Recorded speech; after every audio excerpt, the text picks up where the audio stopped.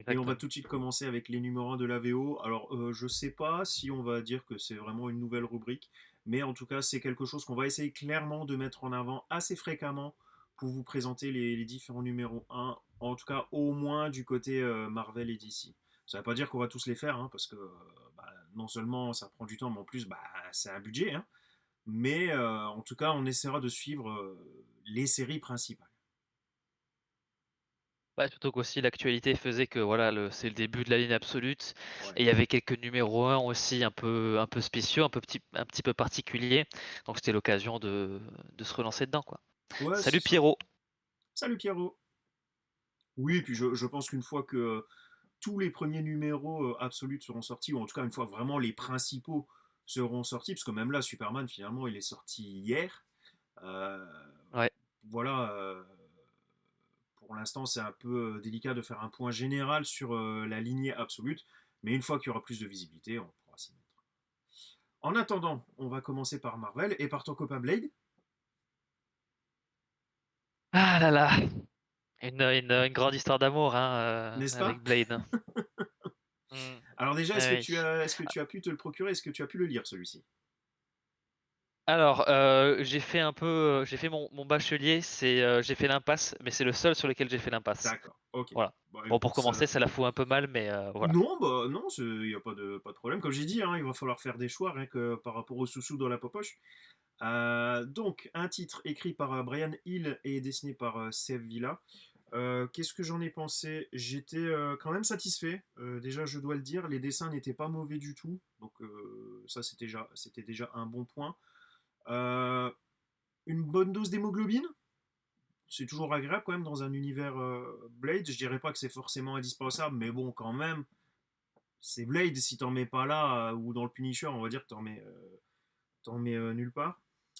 Euh, on, on retrouve un personnage qui, au tout début, pense qu'il mérite, en fait, donc qui s'exile, hein, en fait, qui vit vraiment dans la forêt en ermite, et qui dit qu'il mérite la solitude et la souffrance, enfin, qui est vraiment broie du noir.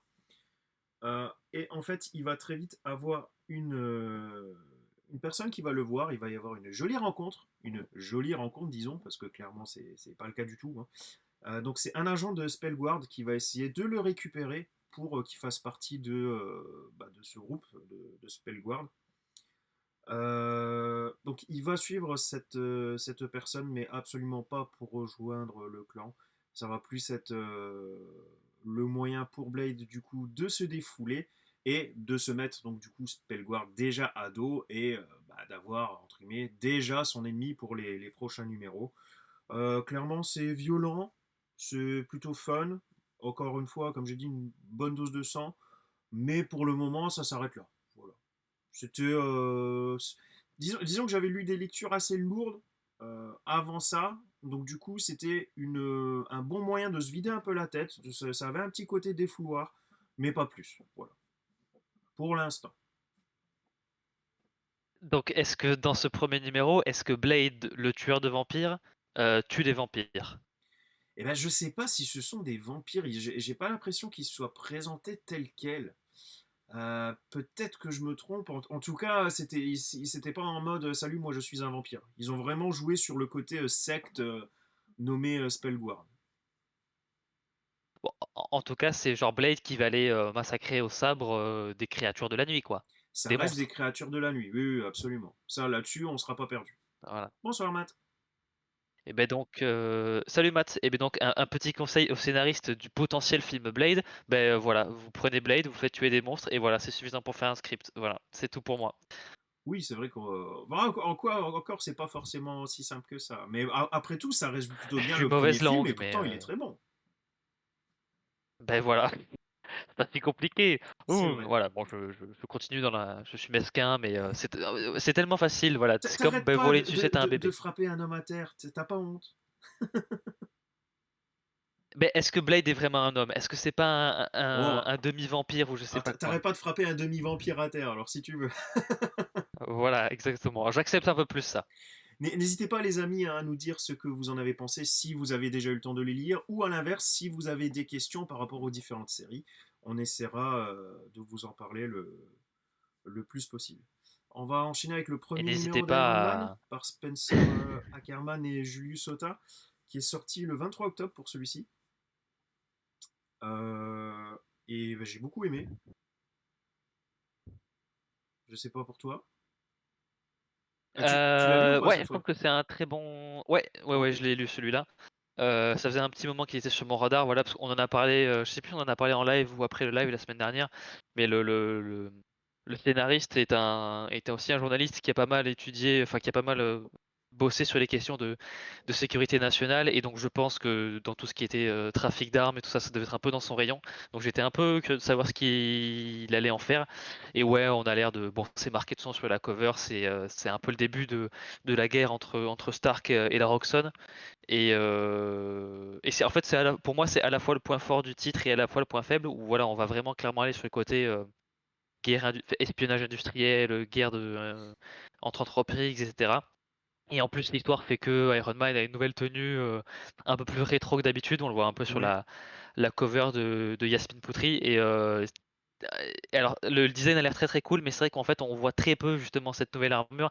Et en fait j'ai été très frustré par le titre parce que justement je voulais en voir plus, donc c'est une bonne chose, mais voilà ça me voilà pour ma part j'ai été ouais, satisfait aussi du truc et j'ai envie de voir la suite, notamment pour voir la nouvelle armure dans toute son élégance, dans toute sa beauté. Donc voilà, je conseille aussi, ça se lit plutôt vite. Ouais, largement, vraiment, vraiment satisfait. Je me demande si c'est pas le numéro que j'ai préféré de tous les numéros 1 de cette première salve. Euh, alors, comme tu l'as dit, et à juste titre, les thèmes ne sont pas nouveaux. Donc, l'espionnage, même le business des armes. Mais par contre, tu as quand même un regard un peu, on va dire, pas forcément nouveau, mais intéressant dessus. Donc, ça, c'est quand même chouette, notamment bah, par rapport au business des armes, où clairement, on te dit, bon, c'est pas joli, joli, mais bah, qu'est-ce que tu veux faire? Faut bien travailler. Bah oui, oui, bah oui, faut bien travailler, effectivement. T'es bien obligé. Les dessins étaient franchement bons. J'ai noté aussi qu'il y avait quand même de très belles couleurs. Ils se sont cassés un peu la tête au niveau de la Tout à colorisation. La fait. première apparition d'Iron Man, alors effectivement, c'est pas dans cette tenue-là, mais elle reste quand même très très très jolie. C'est une très belle planche. Et, euh, et l'ennemi, je l'ai déjà, alors qu'encore une fois, il n'y a qu'un numéro, je l'ai d'ores et déjà trouvé intéressant, d'autant plus qu'au final, tu as Iron Man qui est dans la merde, oui, mais tu as aussi Tony Stark qui est dans la merde. C'est vrai, c'est vrai. Bah oui, c'est vrai que il y a le côté un peu businessman, voilà, aussi gérer ses employés avec des syndicats, etc. Et j'espère que ce sera bien fait parce que c'est des questions toujours intéressantes à développer. Donc voilà, je vais suivre le titre. Enfin, moi aussi, et on vous le conseille. Ah, donc là, cette fois, c'était plus le cri du cœur, hein, un titre Green Lantern. Bah, c'est bien, ça fait une mise en bouche par rapport à ton En une après-midi de tout à l'heure. Green Lantern Exactement. Dark 1, écrit par Ted Brambal et dessiné par, attention les yeux, Wertel Del Edera. J'espère que je n'ai pas écorché son nom. Sinon, Werther, je suis sûr que tu nous écoutes. Excuse-moi. Qu'est-ce qu'on en a pensé? Est-ce que tu J'aime veux beaucoup ces commencer cette bonbons. fois? Ah non, t'as commencé tout à l'heure. Allez, on va dire que je commence cette fois. Déjà, au niveau des dessins, c'était assez bizarre. Et là, le dessin que j'ai mis, il est assez représentatif. Il y a beaucoup de crayonnés. J'ai trouvé qu'il y avait vraiment beaucoup, beaucoup de crayonnés. Ça ne veut pas dire que c'est moche. Je dirais même que globalement, c'est très souvent une approche que j'aime bien. Mais par contre, pour du Green Lantern, ça m'a fait un peu bizarre. Green Lantern, c'est vrai que j'ai toujours vu ça comme un univers quand même plus tourné vers le moderne, la science-fiction, et du coup de voir un peu ce côté crayonné, c'est vrai que ça met un peu une sorte de distance avec l'univers des Green Lantern, j'ai trouvé. Et le problème, c'est qu'il n'y a pas de ça qui met de la distance. Comme vous l'avez lu, le titre, c'est pas que Green Lantern, c'est Green Lantern Dark. Et bah, c'est important. Parce que bah, du coup, là, même chose, on va pas être face à des extraterrestres, mais plus face à des sortes de monstres zombies. Bon, là, c'est peut-être moi qui suis idiot parce que je m'attendais pas à ça, alors que le titre, il allait quand même plus dans cette direction. Euh, voilà, du coup, un peu mitigé. En même temps, on peut clairement pas dire que le titre est faramineux non plus. En tout cas, voilà, c'est important de garder en tête qu'on est clairement dans un titre qui fait la fusion entre le Green Lantern et du coup la magie noire. J'ai noté une phrase qui est très jolie. C'est la lanterne, c'est une balise pour le mal. J'ai trouvé ça pas mal du tout. Ouais, c'est vrai que c'est pas mal. Moi, je serais peut-être un peu moins mitigé, pour, ouais, l'aspect visuel. Hem, c'est vrai que ça peut être, assez déroutant pour un titre lanterne. En fait, je pense que le récit est aussi un peu dans cette continuité-là, mais dans les dessins, on se veut un peu plus abstrait, un peu plus vague, un peu plus flou. Enfin, moi j'aime bien, hein, je suis pas en Ah, train de moi dire que aussi. c'est, mal exécuté ou quoi que ce soit. Mais c'est vrai qu'il y a un côté un peu plus, ouais, un peu plus, volontairement vague et abstrait, dans les dessins, ouais, pour avoir un côté peut-être un peu plus, je sais pas, moi c'est le mot onirique. Il y a un peu un aspect de truc un petit peu pas très réel, un peu dans un rêve ou un cauchemar, vu un peu l'environnement du truc. Hem, par contre, j'aime beaucoup le design du personnage, du coup de la Green Lantern. Mhm. Avec une espèce, de lanterne, pour le coup, une vraie lanterne, avec une espèce de canne un peu plus, rétro, un peu plus, ouais, un peu plus, ouais, magie que technologie. Donc on est peut-être un peu plus sur du Alan Scott, qui était Oui, pas tout à fait magique, mais qui était quand même un peu en dehors du reste. oui, ça a Hem, toujours été un Green Lantern à après, part. Ouais, ouais, ouais. ouais, voilà. Après le fait, donc bon, l'ennemi c'est Grundy, c'est pas un spoil, voilà, c'est Solomon Grundy. Je sais qu'ils avaient fait affronter, justement le Alan Scott, de Terre 2, mais version New 52. Il l'avait fait affronter, Grundy, justement, donc je sais pas si c'est, Grundy est un ennemi récurrent de Alan Scott ou des Green Lantern, il me semble pas. Donc j'ai trouvé ça un peu surprenant, mais pas spécialement, enfin pourquoi pas? Je suis ouvert à la proposition, pardon.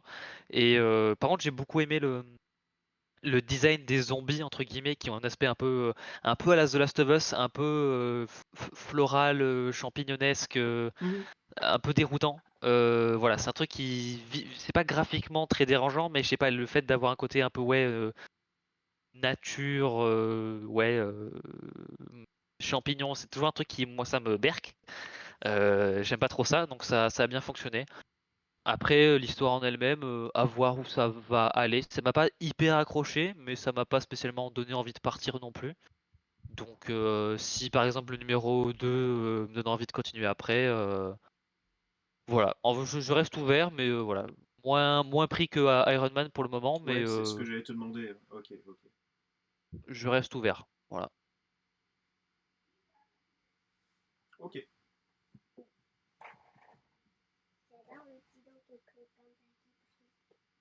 Maintenant, on passe à la version absolute de la Trinité. Voilà, donc on a Batman, Superman et Wonder Woman qui, voilà, qui ont un peu subi.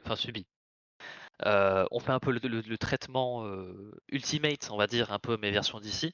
Donc voilà, on reprend la Trinité classique de chez DC et voilà, on mélange un peu les ingrédients pour en faire un peu une nouvelle soupe finalement. Et en premier, on va aborder le premier numéro d'Absolute Wonder Woman, donc par Kelly Thompson et Aidan Sherman. Heu, je pense que c'est celui qui m'a le plus surpris, des 3.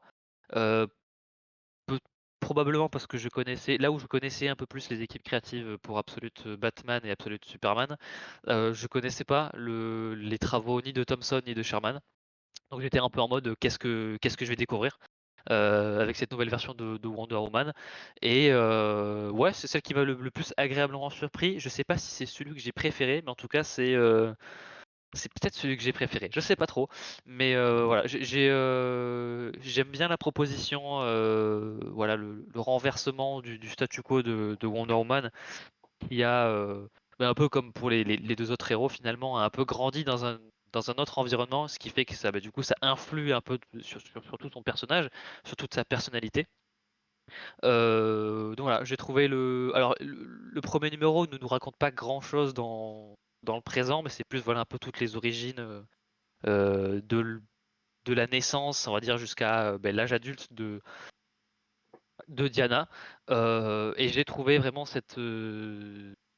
l'évolution des flashbacks, enfin, voilà, l'évolution temporelle très bien racontée à la fois en termes d'histoire, mais aussi comment les dessins ont retranscrit cette histoire-là. Donc je pense que vraiment en termes de mise en scène de comics, c'est celle que j'ai préférée parmi les trois. Voilà, je trouve que c'est bien dessiné, c'est bien raconté, et je trouve aussi que voilà la manière dont on découpe les cases, dont on construit les cadres, les plans entre guillemets pour parler en termes cinématographiques, j'ai trouvé que c'est celui qui m'a le plus, voilà, j'ai trouvé qu'il y avait vraiment un truc sympa dans la mise en scène. Donc voilà, moi l'Absolute Wonder Woman, ça m'a bien convaincu. Alors satisfait aussi pour ma part. Par contre, non, c'est pas celui que j'ai préféré des trois. Notamment parce que peut-être que la partie dans le présent était peut-être un peu plus convenue, un peu plus conventionnelle. Euh, Il n'y avait rien de vraiment de transcendant dans le présent, bah, si ce n'est le côté dark de Wonder Woman. Ce qui m'a vraiment plu dans ce numéro, ce sont vraiment les flashbacks et puis le m'en-foutisme Ouais. de Circe, notamment au tout début, et puis de voir après l'évolution donc, des deux personnages. Ça là-dessus, j'ai été très satisfait. Mais concernant du coup le présent, c'est vrai que je suis un peu resté sur ma faim. Je dirais pas que c'était Ouais. mauvais, mais voilà, c'est Wonder Woman, on part sur de Il nouvelles faut en voir bases plus quoi. et il faut y aller quoi. Ouais, exactement. Ouais, ouais, ouais. Ouais. Ouais, il faudra voir comment ça évolue, sur vers quoi ça donne. Mais c'est vrai que oui, après je suis d'accord, c'est vrai que la partie présent est un peu plus légère, mais c'est vrai que la partie flashback, j'ai trouvé ça vraiment, enfin, voilà, bon, touchant, je sais pas, parce qu'on est quand même, voilà, j'ai pas d'affect avec cette version-là du personnage, mais en tout cas, je trouve que c'est une une introduction très efficace, voilà, pour nous faire comprendre, ce que les personnages ressentent, et cetera. Et oui, la relation Circe, Diana, à la fois très vite, mais très, ouais, on comprend très vite comment ça fonctionne et comment ça a évolué. Voilà, là, voilà, j'ai envie de voir la suite, moi, clairement, surtout pour voir si la partie présent va un peu assurer par rapport à la partie passée, ouais. Bah, moi aussi, C'était hein, tout bon je suis pour Wonder très Woman? curieux, donc je Ah ouais. continuerai aussi.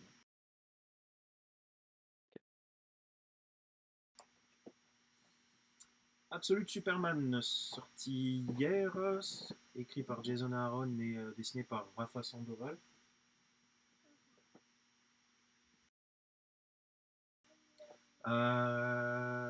Il était chouette.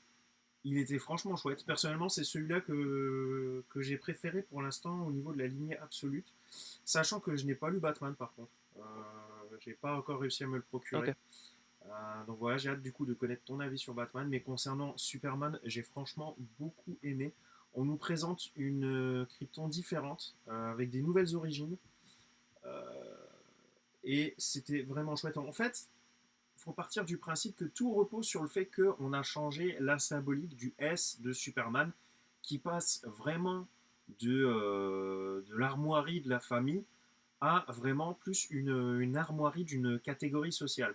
C'est-à-dire que dans cette nouvelle Krypton, on part du principe que, suivant vos capacités, et on vous le dit clairement, suivant aussi vos capacités à vous taire, concernant notamment le gouvernement en place, vous êtes mis dans un clan ou dans un autre, et suivant le clan dans lequel vous êtes, vous faites tel ou tel type de travail, tout simplement. Sauf que, du coup, donc déjà, ce n'est pas par rapport à vos propres choix, mais en plus, c'est une armoirie que vous portez vraiment non-stop.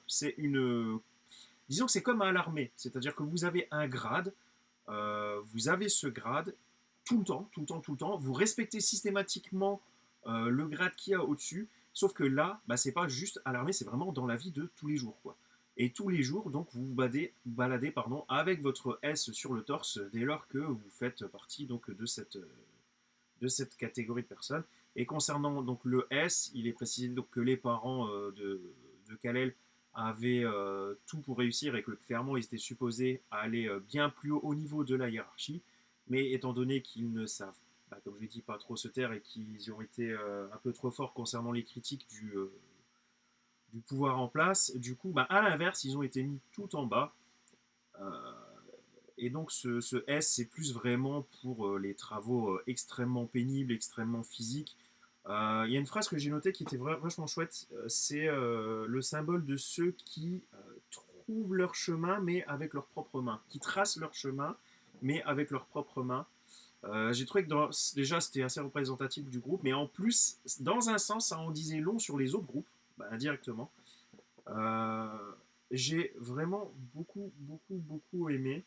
Il y a quand même une sacrée critique, hein, évidemment, de la société à travers ce premier numéro. Euh, un peu comme Wonder Woman, on est quand même un peu en dessous dès lors que l'intrigue se passe sur Terre, de nouveau. Donc dès lors que l'on quitte Krypton, c'est vrai.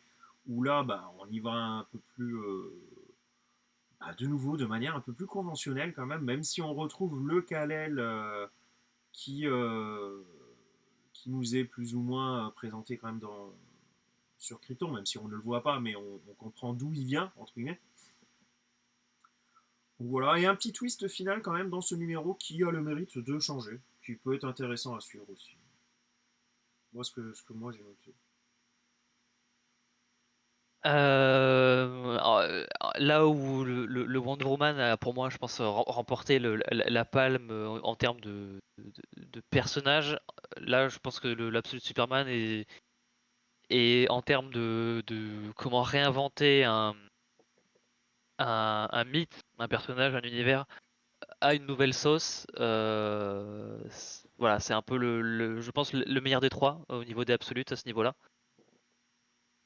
Et clairement, ouais, la partie sur Krypton, c'est là aussi celle que j'ai préférée. Là aussi, c'est vrai, la partie présent est beaucoup plus. On y passe beaucoup moins de temps, donc forcément, est beaucoup moins développée de manière ouais, beaucoup plus classique. Oui, Mais c'est vrai ouais, aussi. Krypton, c'est clairement une critique d'un système de caste et capitalisme, méritocratie, tout ce que tu veux. Et oui, là pour le coup, voilà le symbole, le S de la maison des L est transformé, voilà, pour un peu la caste inférieure, hein, finalement, les agriculteurs, les mécanos, enfin voilà, vraiment les classes populaires, hein, en gros, hein, pour répondre voilà, correspondre ça un peu à notre société à nous.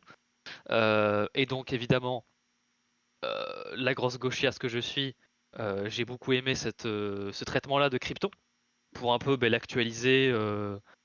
On a eu d'autres interprétations où vraiment, oui, c'était plus peut-être euh, l'orgueil ou ce genre de choses qui primait, mais là on est vraiment dans garder un système en place. Et oui, effectivement, Jor-El se fait un peu saquer parce que il a un peu trop ouvert sa bouche dans la direction que ne souhaitait pas Krypton de manière générale.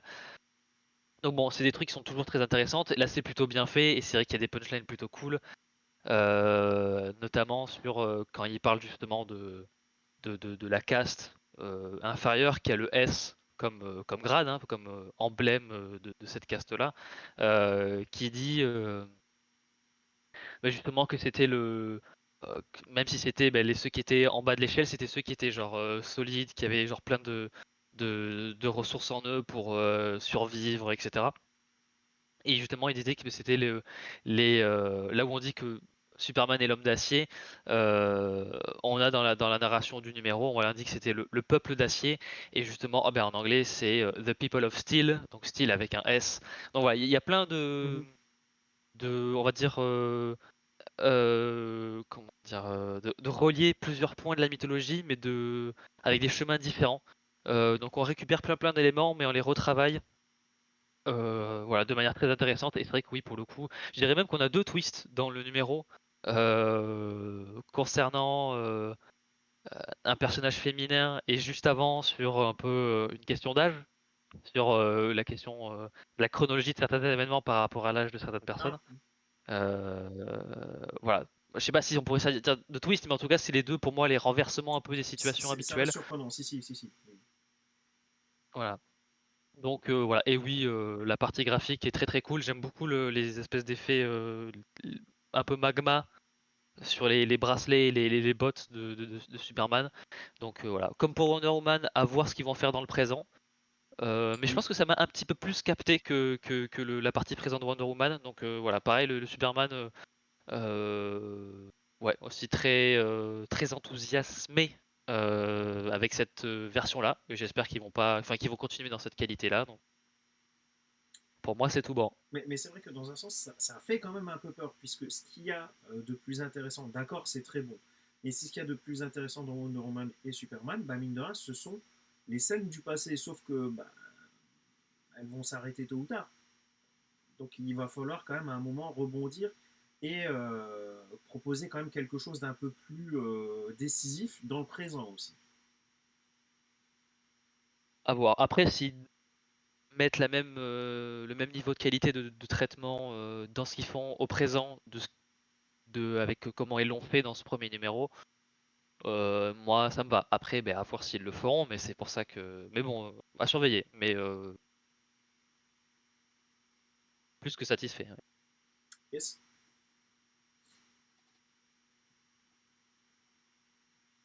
Et là, c'est pour toi. Hop, on termine la trinité des absolutes avec Absolute Batman numéro 1, écrit par Scott Snyder et dessiné par Nick Dragotta. Euh, alors, je vais le dire clairement, c'est celui que j'ai le moins aimé des trois, mais quand je dis le moins aimé, c'est vraiment c'est pour exagérer un peu, quoi, parce que voilà, c'est un peu dire la force pour moi des trois premiers numéros, c'est que celui que j'ai le moins aimé reste quand même très divertissant. Là où je disais que Wonder Woman était quand même plus réussi sur l'aspect des personnages et de raconter un peu une histoire émotionnelle, là où Superman était plus efficace sur réinventer un mythe en actualisant ses thèmes, ses thématiques sur les sujets que le titre veut aborder. Là, Batman, je pense que sur les trois, ce qui réussit le mieux, c'est vraiment être en mode et je pense qu'à juste titre, ils l'ont fait sortir en premier parce que c'est vraiment celui qui t'en met un peu plein les yeux en termes de trucs épiques, badass et même visuellement. Voilà, le travail de Nick Dragotta est très très bon. Je pense que peut-être que certaines personnes auront peut-être un peu de mal avec la manière dont il dessine les visages, qui sont parfois peut-être limite un peu trop cartoonesques pour un peu l'univers de Gotham dans cette version-là. Mais franchement, je dirais que c'est vraiment assez secondaire. Parce qu'après, ouais, le titre est très très beau. Il y a des compositions, il y a des couleurs très très belles aussi. Euh, Ça marche. Il y a des idées visuelles très efficaces. Voilà, la cape assez immense. Bon, déjà, Bruce Wayne dans cette version-là, c'est une brique. Hein, le gars est très épais. Hein, et visuellement, il y a un petit côté un peu Dark Knight Returns, mais bon, Bruce Wayne est beaucoup plus jeune. Il n'a pas la fortune des Wayne. Enfin, les Wayne ne sont pas une famille noble de Gotham. Il n'y a pas de fortune. Et du coup, il va trouver un peu ses ressources ailleurs, notamment en compensant avec ses pecs et sa musculature digne d'un mur porteur. Et donc visuellement, on a aussi voilà, cette cape qui peut parfois être utilisée comme un peu comme une arme, qui peut voilà, être un peu plus rigide. Donc on a dans des combats un peu une impression un peu tentaculaire de Batman. On a aussi c'est vrai que j'ai même du mal à croire qu'on ne l'ait jamais eu avant cette idée-là, c'est que dans certains combats, Batman est un peu plus hardcore que d'habitude, alors sans tuer bien évidemment, mais il est un peu plus hardcore que d'habitude. Et il peut parfois, dans des combats un peu intenses, euh, brandir une hache, où en fait donc il prend un manche et en fait il accroche ce manche à son plastron, au logo de son plastron, qui se détache donc de son corps. Et donc finalement, voilà, la tête de la hache, c'est le logo Batman, qu'on comprend un peu mieux pourquoi il est aussi rectangulaire. Hein. Bon, c'est un peu un mélange entre une hache et limite un marteau, hein, vu la forme, mais oui, oui, il y a des tranchages il y a des tranchages de main dans le numéro. Donc voilà, donc visuellement, on est vraiment sur autre chose, et ça s'accompagne évidemment, voilà, comme je l'ai dit, par je veux dire, un manque de moyens. Des moyens alternatifs de faire un peu les mêmes choses. Heu, pour ceux qui sont d'ailleurs au courant, de ce qui va se passer dans le numéro 2, la version Batmobile de cet univers-là, heu, est à la fois peut-être, je dirais, aussi grotesque et géniale que la corpulence, la masse musculaire de Batman lui-même. Donc j'ai vraiment envie de voir jusqu'où Snyder va aller dans le côté vraiment épique, absurde, mais qui passe parce que derrière on a un côté visuel qui déchire tout. Et puis après dans comment est réimaginer l'univers, là aussi je suis peut-être pas aussi curieux que pour le reste, mais je suis voilà, je suis quand même j'attends de voir ce qu'ils vont faire avec Alfred, avec toute la galerie de méchants. Comment ils vont gérer le Joker aussi, parce qu'ils l'ont introduit d'une manière, je sais pas si ça a été fait auparavant de cette manière-là. Donc voilà, c'est ouais le plus attractif. Voilà, c'est cool, c'est beau. Euh, L'histoire est pour le moment pas hyper originale, mais c'est plutôt bien raconté. Voilà, mais c'est ouais, visuellement ça marche très bien et comment ils ont réimaginé le personnage dans son design, dans son armement, dans sa manière d'opérer. Ouais, là pour le coup, c'est la boîte celui que j'aime le moins, mais j'ai quand même voilà, quand même bien apprécié, j'ai même beaucoup apprécié cette lecture-là, donc je conseille. Et pareil, je vais continuer quoi. Bon, je suis quand même content, j'ai cru que c'est moi qui n'avais pas les yeux en face des trous, mais oui, non, on est d'accord que, vu comme ça, Batman, il a vraiment une mini-tête par rapport au reste du corps, quoi. Ah mais c'est Bruce Wayne dans cette version-là, c'est une brique. Voilà, je disais tout à Ouais, l'heure, ouais, ouais. c'est un mur porteur. C'est fait exprès et c'est d'ailleurs très cool la manière dont ils utilisent cette nouvelle corpulence. Ok, mais ça veut dire que je suis pas fou. Ok, c'est déjà pas mal. Ah non non, c'est oui oui, ça fait partie du voilà, c'est il est allé à la salle de muscu quoi. Et Ouais, pas qu'un peu. encore plus. Ouais. Ah, il y a une question de la part de Matt, du coup, il y a que toi qui peux répondre, parce que moi je l'ai pas lu. Est-ce que à la limite, le côté copie de Spawn, je le mettrais vraiment sur un aspect peut-être dans certains combats, comment il utilise sa cape, mais pas peut-être pas aussi poussé que Spawn. Mais oui, c'est vrai qu'il y a un certain, peut-être que c'est un hommage ou pas, mais ça peut y faire penser, mais je dirais que c'est assez secondaire comme ressemblance. Voilà. Et je trouve qu'au contraire, la cape est plutôt cool, plutôt bien utilisée. Voilà. En tout cas, enfin, même si c'est après ça veut que j'ai pas beaucoup lu Spawn, donc c'est vrai que voilà, mais c'est vrai que en tout cas, je dirais pas, je mettrais pas cette ressemblance-là comme un point négatif, loin de là.